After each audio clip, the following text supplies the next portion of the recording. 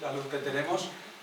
Bueno, como ha dicho Alberto, yo soy Pablo Pérez y agradezco tanto al Ayuntamiento de Baena como a Alberto como coordinador del equipo la oportunidad de poder trabajar en una cueva. Para mí ha sido particularmente interesante como micólogo, porque todo lo que está por encima, al exterior, lo tengo muy visto, pero la biodiversidad, digamos, de los hongos sí que me hubiera gustado, digamos, analizar algo más, pero claro, el problema era el que los hongos se comían la madera y había que ver qué hongo era el que se estaba deteriorando las estructuras de la escalera.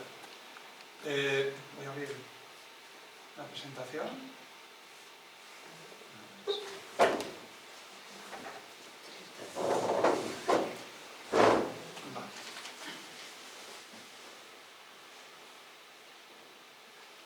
Vale.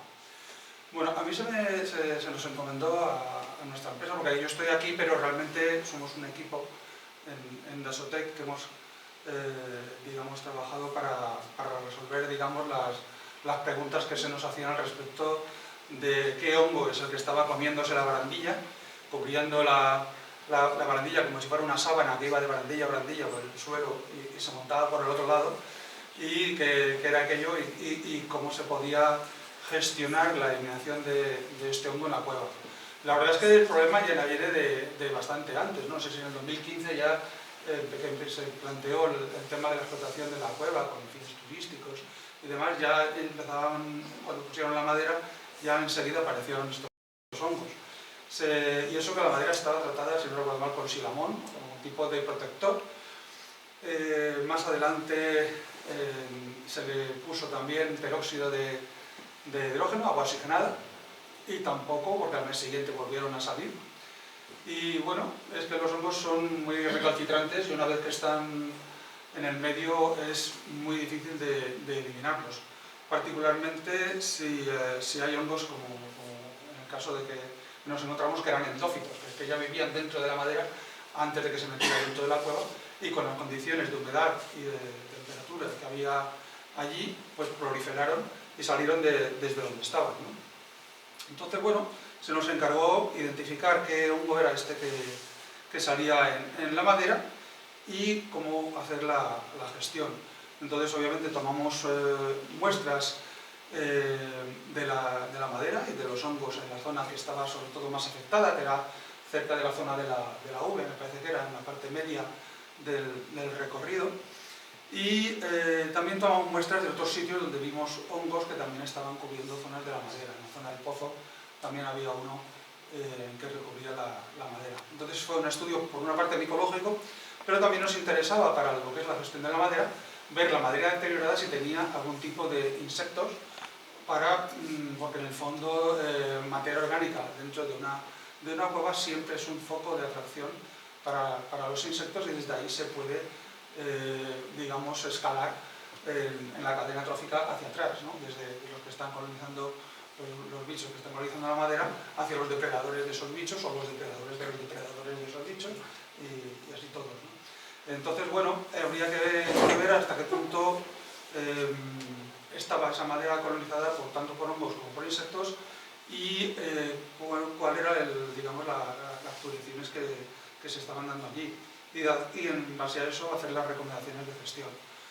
Pues en la toma de muestras pues seleccionamos el material para un estudio, para hacer cultivos de hongos a partir de los trozos de madera o de muestras tomadas in situ, para hacer cultivos y tener un micelio independizado para luego poder, llegado el caso, secuenciarlos.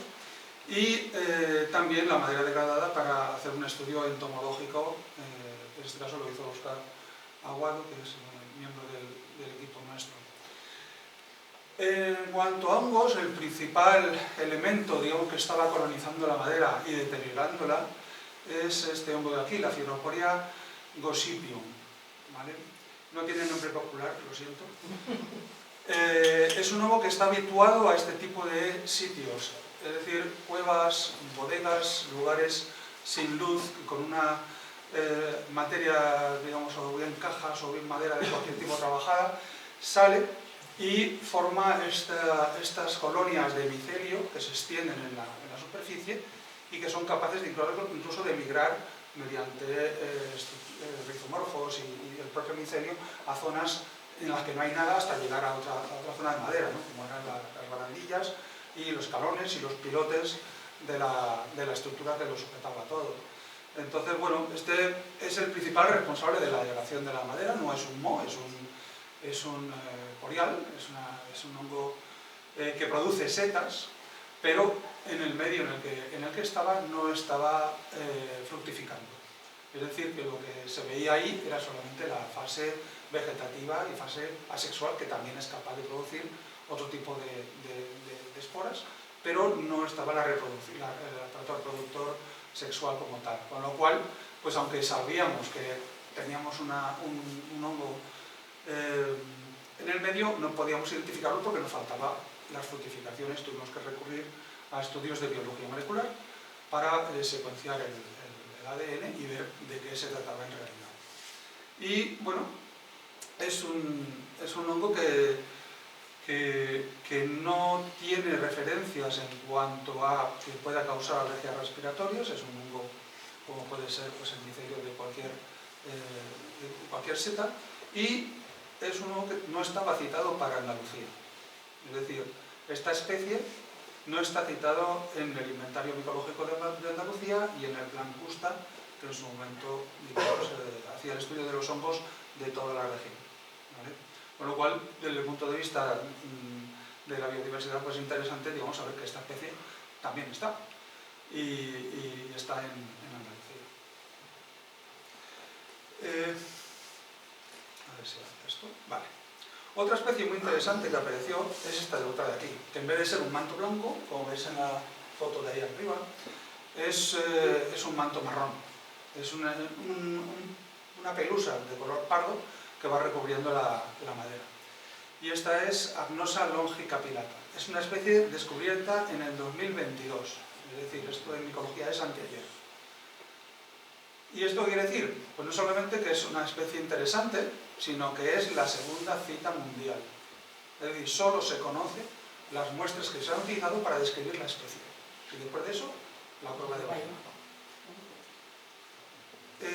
Es un hongo superficial, no tiene interés desde el punto de vista alergénico, porque se acaba de descubrir, tampoco hay referencias al respecto. Tiene unas esporas bastante gordas, en torno a unas 50 por 20 micras, con lo cual son bastante pesadas, y entre eso y que no hay corrientes de aire, la dispersión de las esporas está, digamos, mediatizada por insectos. En Hungría, que es donde se describió, hicieron experimentos con hormigas y se veía que las hormigas sí que tenían algún interés por recolectar estos pelos de color marrón y llevarse también las esporas que se enganchaban con facilidad a su cuerpo y lo utilizaban como aislante en los hormigueros o en los sitios donde tenían. Esto y unos ácaros también microscópicos que había en ese tipo de ambientes. Entonces, desde el punto de vista de la taxonomía, pues es muy interesante, digamos, tener una primera cita para España y para Andalucía, y resulta que es la segunda a nivel mundial. Como yo personalmente soy bastante friki de los hongos, no solo me contento con averiguar el hongo que estaba colonizando la madera, al ser asexual, pues empecé a coger muestras de ese propio manto que veía yo que eran un poco diferentes. Y me encontré con hongos que son patógenos de ese hongo, es decir, hongos micopatógenos. Claro, esto lo averiguas después, porque al principio puedes pensar que puede ser la parte sexual o fértil de ese manto blanco que estamos investigando y nos interesa tener también la parte sexual.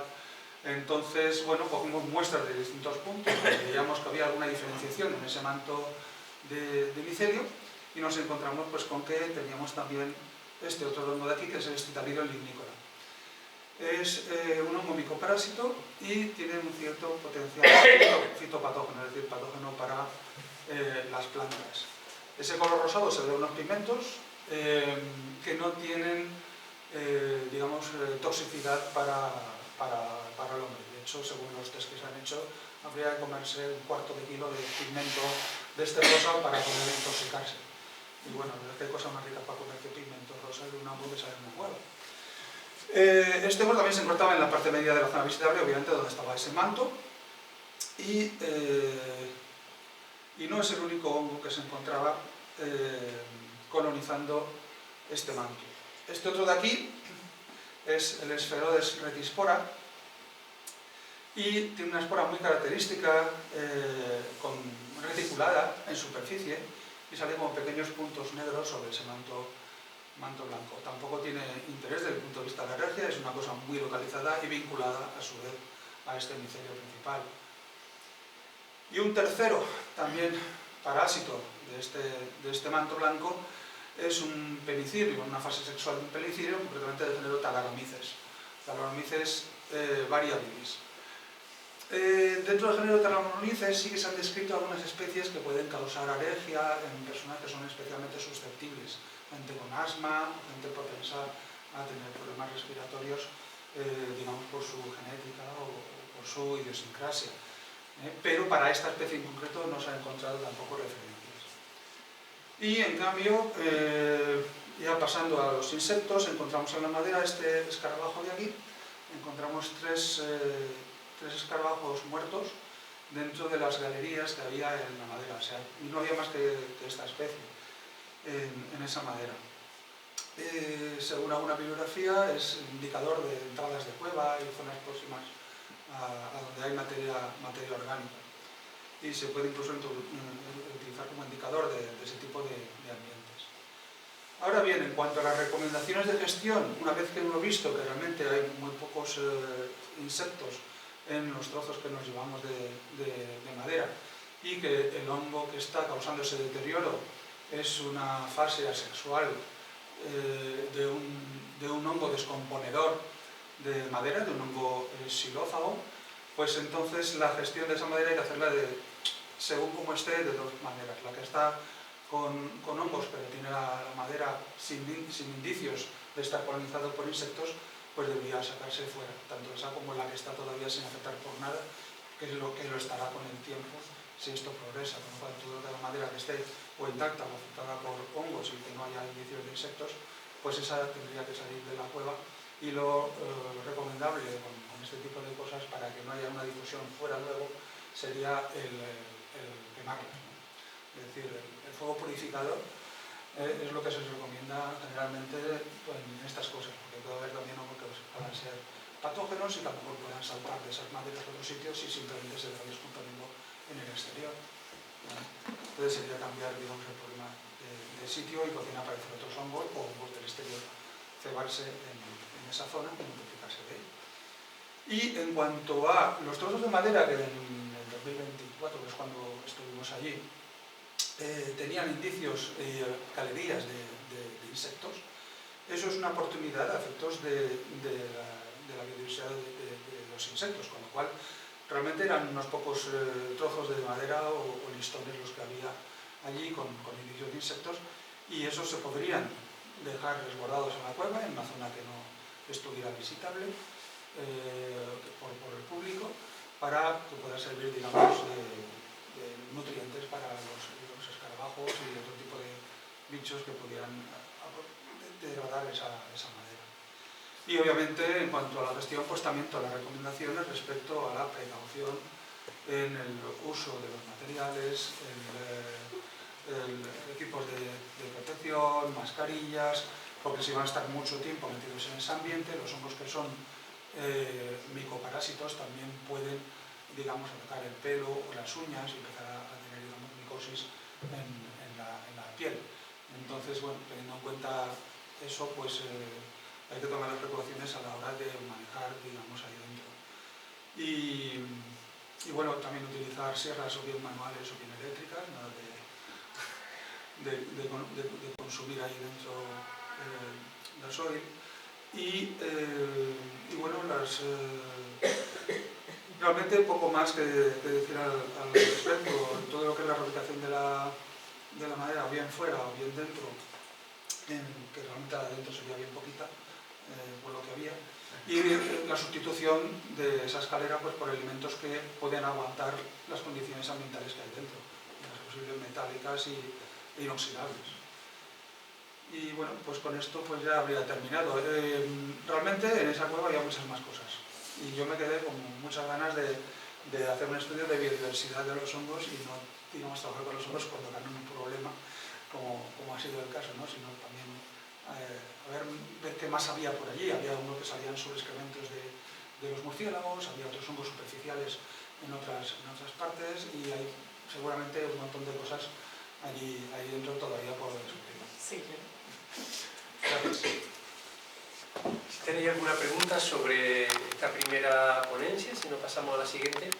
Es verdad que, como veis, se abre un mundo cada vez que se investiga sobre un grupo, sale un mundo ahí apasionante de cosas por descubrir, de cosas nuevas, y ojalá que esta cueva, bueno, aparte de tener un uso más recreativo, también tenga un uso científico, que yo creo que es muy importante, ¿no? Los estudios que se puedan hacer en el futuro y que puede ser también una fuente de interés para las propias visitas que pueden venir a la cueva, que yo creo que puede ser muy interesante también la visita de científicos, de personas que vengan a hacer estudios, puede ser un turismo de mucha calidad que pueda aprovechar este recurso. Pues no sé si Jesús o... ¿Hay otra pregunta por allí? Sí. Hombre, en la cueva había una abstracción que se corresponde con lo que es el 7% de lo conocido de la cavidad. Habría que ver hasta dónde llega el problema del resto de la cueva, pero además hay una cuestión, antes he hablado del peróxido de hidrógeno. Nosotros hicimos un tratamiento de los hongos con peróxido de hidrógeno en concentraciones al 15, al 17 y al 20%. Al 15% se debilitaban totalmente. Sí. Al 17% casi moría la mayoría y al 20% se eliminaban. Lo que no quiere decir que no se vuelvan a reproducir si no se saca el elemento que los produce o que los genera. Claro. Entonces, pues sí, pero a esto iba porque el otro día, concretamente el día 6, estuvimos haciendo un muestreo, Alberto Tinau y yo, en la cueva, y encontramos dos cuestiones. La primera cuestión, encontramos un agente de Traxa que estaban encargados de sacar la madera y tratar los hongos. Le preguntamos con qué lo iban a tratar, ya no lo sé. Digo, hombre, a ver si voy a echar aquí. El peróxido es de lo más, digamos, inofensivo, entre comillas, que ¿sí? Se puede meter ahí dentro. O sea, que para el resto de lo que hay en la cueva, sí. Digamos, el peróxido de hidrógeno me parece un buen intento. Pero según leí en ese trabajo que hiciste de meter peróxido, me parece que al mes, pasado un mes, ya están otra vez ahí. Sí, pero claro, porque es que están dentro, no llegan. El problema que yo planteo es muy fácil, es el siguiente. Si tú vas a hacer un tratamiento para eliminar los hongos y sacar la madera, hace el tratamiento, mata los hongos con el peróxido y saca la madera, se acaba el problema. Pero ya ves, es sacar la... Eso es, pero tratando los hongos in situ con las proporciones que hemos probado, se eliminan. Creo que dentro de unos meses o de un tiempo... Hombre, si da un poco de cancha para poder sacar eso fuera. Hay que darle tiempo a que se vuelvan a reproducir. Una vez tratados con eso, que es totalmente inocuo, con el peróxido de hidrógeno, a la calma de madera y se acaba el problema. Pero, hombre, José Antonio... Ay, perdón. Sí, bueno, el trocear aquello con la cueva y embolsarlo y sacarlo para no contaminar por el camino, también es otra opción. Y una vez fuera, pues ese hongo realmente no es un patógeno de plantas, es un descomponedor. Pero, José Antonio, que con todo mi respeto, eso lo tendrá que decir la Junta. La Junta tendrá que decir, el estudio lo ha hecho el profesor o el investigador, y la Junta tendrá que decir cómo se resuelve el problema del hongo. Si se resuelve con alguna medida de algún producto químico o se resuelve dejando la madera allí. Es que eso lo tiene que decir la Junta. Y Traxa no ha empezado todavía la obra. Hombre, que no lo tiene que decir la Junta. O entonces, ¿quién tiene que decirlo? Yo te he dicho que no lo tenga que decir la Junta. Yo lo que he dado es una opinión sobre pero yo digo... una publicación que hicimos en su día, en el número 34 de Andalucía Subterránea, donde se planteaban los resultados de un trabajo. Y dio resultados. Sí, yo no lo discuto eso, pero que digo que la Junta es la que lo tiene que decir. Pero sí, me parece muy bien, pero lo que sería inadecuado es meter un producto que afecte a lo que hay en la carretera. Pero no solamente en la cueva, en el exterior, en nuestra empresa que trabajamos con fitopatología muchas veces, es que cada vez hay más limitaciones del uso de productos fitosanitarios, y más en medios urbanos y en esa zona, que va a tener un turismo, quieras que no, pues hay que tener mucho cuidado con lo que se mete y cada vez la legislación está cambiando continuamente. Aquí tenemos Tiene que ser prohibido el algún glifosato. experto en Hasta tal punto aceptar el manejo de estos productos que diga lo que se puede autorizar ahí dentro. Y más habiendo especies sensibles que pueden verse afectadas. hasta tal punto afecta o fuera que en los análisis químicos de agua que hicimos en su día se detectan en el agua trazas de cobre, posiblemente de los sulfatos de cobre utilizados en los olivos. Puede ser. ¿Y otra pregunta por ahí? Sí, yo más que una pregunta es un poco una reflexión, ¿no? Que la dejo aquí, como a partir de una gestión deficiente de la cueva, desde que la abrieron deficiente, y ahí están los resultados, nos lleva a que aparecen especies muy concretas de hongos, ¿no? Aparte, empiezan a meter madera, que de primero están diciendo la gente que sabe que no deben meter madera, se empeñan para abrir la cueva, meter madera, y ahora pues nos encontramos, válgame Dios, con una especie muy concreta de hongos que son un poco menos conocidos para la ciencia, ¿no? Entonces, Tampoco, una segunda cita, una de ellas, pero... bueno, pero ahí está, ¿no? Que es curioso estas cosas, ¿no? Lleva de una gestión deficiente a dónde va. Seguramente eso pues ya estaba en la cueva, pero al encontrarse tal cantidad de materia La comida, la comida y cantidad de Pues muchas gracias. Pasamos a la segunda ponencia de Jesús González.